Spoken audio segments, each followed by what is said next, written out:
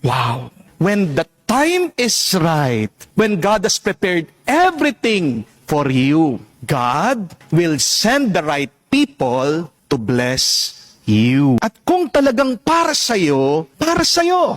Kung ang isang pagpapala ay nakatakda para sa'yo, hindi ka kailangan maghanap.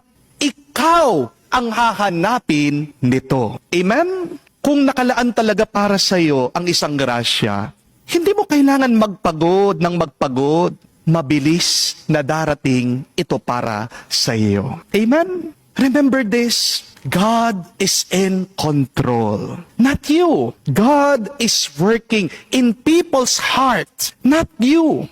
God is inspiring people's mind to help you, to bless you, to bring you the goodness of God.